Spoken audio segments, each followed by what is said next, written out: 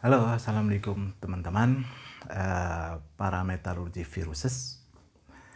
Jumpa lagi dengan saya di channel Kenalan sama Metalurgi. Yuk. Nah, sekarang iseng-iseng kita coba ngobrolin tentang besi cor ya. Dulu sering kali saya bertemu dengan teman-teman saya yang yang memiliki usaha rongsokan. Mereka tuh membuat satu istilah yang sampai sekarang aja saya bingung itu. Ancuran. Nah, setelah saya lihat ternyata yang dimaksud dengan ancuran itu adalah besi cor. Saya nggak tahu kenapa itu disebut dengan ancuran. Kalau ada teman-teman yang tahu, silakan aja nanti komen ya. Nggak tahu tuh dari mana itu saya juga istilah ancuran itu. Oke, karena kita coba sekarang bicara tentang metalurgi, jadi kita udahlah nggak usah pakailah istilah ancuran, tapi lebih baik kita pakai istilah besi cor aja deh ya, biar sedikit rada intelek katanya ya. Oke, apa sih besi cor? Besi cor itu sebenarnya adalah paduan antara Fe, C, kemudian Si. Nah, tiga unsur ini sebenarnya yang paling penting dalam besi cor. Walaupun di dalam besi cor itu kadang-kadang kita jumpai mangan, dan juga udah pasti juga kita tuh jumpai ada namanya P, fosfor, dan juga sulfur, S. Tapi kandungan itu biasanya dibatasi, kandungan unsur-unsur tersebut tadi itu biasanya dibatasi kecil sekali, karena sangat mempengaruhi itu sifat-sifat dari besi cor itu. Nah, secara umum, klasifikasi utama besi cor itu dapat dibedakan menjadi 4. Yang pertama, besi cor kelabu. Yang kedua, besi cor noduler.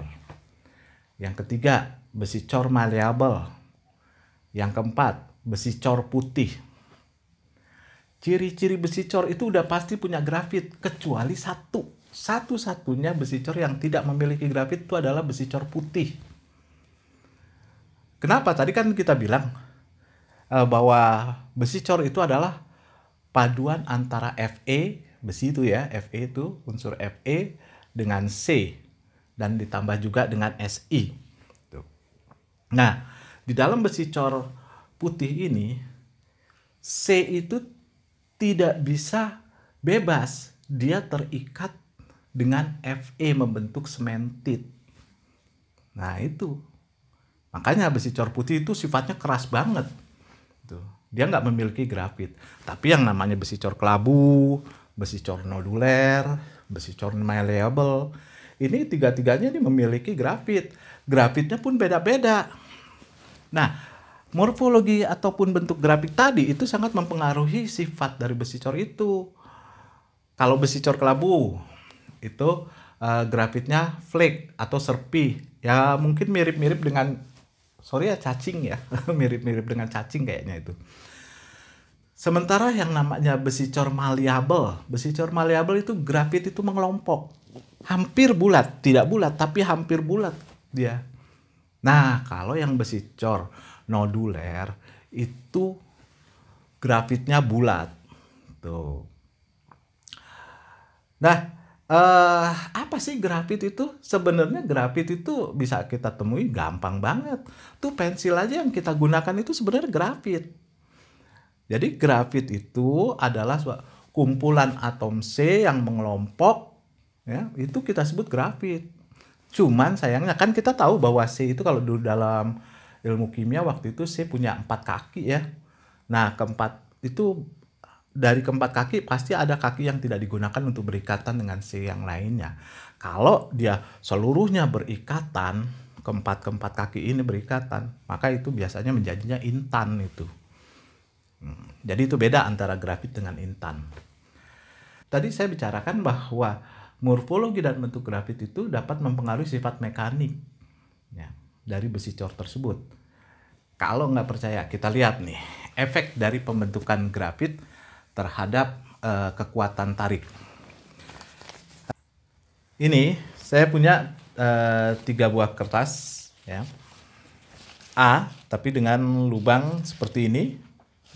kemudian B dengan lubang bulat, dan C ini bulat juga tapi tersebar lebih merata. Anggaplah ini sebagai suatu simulasi dari besi cor. Ukurannya pun sama ini. Ukuran dari ketiga kertas ini pun sama, ya. Kertasnya pun sama, saya ambil dari A4. Nah, yang A ini, anggaplah ini adalah besi cor kelabu karena bentuk grafitnya seperti ini nih. Ya. Bentuknya seperti itu. Kemudian yang B adalah besi cor noduler. Katakanlah yang lubang ini adalah grafit. Ini agak bulat, tapi cukup besar. Nah, yang C, ini pun besi cor noduler, hanya saja grafitnya itu kecil-kecil dan tersebar lebih merata. Kalau kita jumlahkan luasnya dengan luas grafit ini, itu anggaplah sama ya. Gitu. Cuman kita harus tahu, yang mana ini sebenarnya yang lebih kuat. Kita coba ya, kita buktikan. Oke, yang pertama saya menggunakan besi cor kelabu A. Ini kita anggap sebagai satu grafit. Lihat kekuatan tariknya seperti apa. Nah, mudah sobek kan? Itu loh. Katakanlah ini adalah A untuk besi cor kelabu. Nah, kemudian saya ambil yang B. Ini besi cor noduler dengan grafit yang cukup besar juga. Kita lihat kekuatannya seperti apa ya, kekuatan tariknya. Nah, ini lebih kuat daripada yang A. Nah, kita lihat lagi, coba. Untuk yang C, ini pun besi cor noduler, tapi grafitnya kecil-kecil tersebar melata. Ya. Oke, kita lihat kekuatannya seperti apa. Nah, ini jauh lebih kuat daripada A maupun yang B. Kenapa hal itu bisa terjadi? Sebenarnya memang agak sulit untuk dijelaskan di sini, karena ada hubungan antara radius fillet, ya, radius fillet itu radius yang ada radius fillet itu adalah radius yang ada di ujung ini, ya, di ujung ini nih grafit ini, ya, ini kecil radius filletnya. Nah, ini radius filletnya besar, lebih besar. Tuh, untuk yang noduler.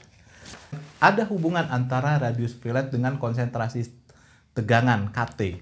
Jadi kalau kita lihatlah katakanlah di Petersen, kita akan melihat itu ada grafik yang menghubungkan antara KT yang berada di garis vertikal dan R, yaitu jari-jari. Grafiknya seperti ini. Nah, jadi semakin besar R, maka konsentrasi tegangan semakin kecil. Cuman di sini agak sulit buat saya nih ngejelasin, nanti aja di whiteboard. Tapi yang penting kita harus ingat bahwa klasifikasi besi cor tadi, ya, pertama adalah besi cor kelabu, ya, besi cor noduler, besi cor malleable, dan besi cor putih. Oke, kita lanjutkan tadi ya, ngomongan tadi mengenai besi cor. Kenapa besi cor noduler lebih kuat daripada besi cor kelabu. Nah, karena besi cor noduler tadi kan kita udah tahu tuh, besi cor noduler kan tadi grafitnya kan bulat, besi cor kelabu bentuknya serpih. Nah, terus juga tadi saya udah bilang bahwa ada hubungan antara konsentrasi tegangan dengan radius fillet. Ini kalau kita lihat di buku-buku ya, katakanlah ini Petersen atau apapun, kita bisa lihat tuh bahwa yang vertikal ini konsentrasi tegangan, yang horizontal itu adalah radius. Jadi lihat grafik hubungan antara konsentrasi tegangan dengan radius ya. Ini. Nah, semakin besar radius maka konsentrasi tegangan itu semakin kecil. Atau semakin kecil radius fillet maka konsentrasi tegangan semakin besar. Oke, kita pakai analogi aja lah. Anggap aja ini kita punya dua material yang sama, A dan B. Nah, material ini punya kekuatan 30 kg milimeter persegi. Jadi kekuatan tarik dari kedua material ini sama, yaitu 30 kg per milimeter persegi. Kalau aja di dalam material itu kita kasih lubang seperti ini sebenarnya mirip dengan grafit flake tadi ya, grafit serpih ya untuk besi cor kelabu. Nah, yang B kita bikin lubang rada bulat. Anggap aja ini adalah grafit bulat pada besi cor noduler. Lalu si kedua material ini kita tarik. Kita beri beban, kita beri dia tegangan yang sama. Beban berupa tegangan aja ya. Berupa tegangan yang sama. Kita beri beban berupa tegangan yang sama, yaitu sebesar 20 kg per milimeter persegi. Dua-duanya sama kita buat. Nah, kalau saja tidak ada lubang-lubang ini, maka secara logika kekuatan tarik 30 kg. Kita beri beban 20 kg. Artinya aman dong material itu kan. Ya kan nggak akan patah, nggak akan apa-apa. Tapi coba kalau kita kasih lubang seperti ini, maka akan timbul KT. Katakanlah katakanlah, nanti cari sendirilah nilainya ya. Saya ambil asumsi aja KT-nya 2 di sini. Akibat radius fillet yang kecil sekali ini. Ini ada radius fillet yang sangat kecil sekali nih di sini. R. Yang sangat kecil sekali. Nah, sementara ini juga ada R. Nih, ini R. Tapi ini radius filletnya relatif gede. Ya kan? Dia relatif besar nih radius filletnya. Ya. Maka KT-nya lebih kecil, yaitu KT 1,2. Tuh. Kalau radius fillet kecil, KT besar. Tapi radius fillet besar, KT-nya kecil. Nah, berapa tegangan yang muncul di sekitar radius fillet ini? Katakanlah dia kita simbolkan dengan sigma max. Sigma max. Katakanlah dia kita simbolkan dengan sigma max. Sigma max adalah KT dikali sigma n atau tegangan nominal ini. Tegangan nominal. Tegangan nominal ini sama lah dengan tegangan yang kita berikan ini. Ya, maka untuk komponen A kita bisa lihat KT-nya 2, tegangan nominalnya 20, kalau kita kaliin kan jadi 40. Artinya kita bandingkan lagi dia. Tegangan maksimum yang muncul di sekitar radius fillet ini rupanya jauh lebih besar daripada kekuatan tarik. Jadi sigma max lebih besar dari sigma U. Artinya ini tidak aman konstruksi ini. Ini tidak aman. Tidak aman. Ini bakal patah ini. Bakal patah karena tegangan yang bekerja lebih besar daripada kekuatan tarik material itu. Ya patah pasti. Nah kalau yang ini kita lihat nih. Karena radius filletnya besar, maka KT-nya kecil. KT-nya kecil kalau kita kalikan, tegangan maksimum yang muncul adalah KT-nya 1,2 kali 20 ya. Kira-kira 24 kg per milimeter persegi.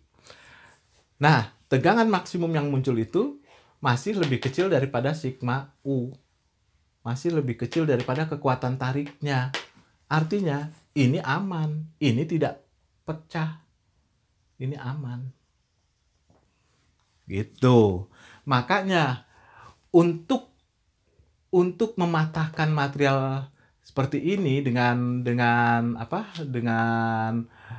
lubang yang relatif bulat ini, maka dibutuhkan tegangan yang lebih besar lagi.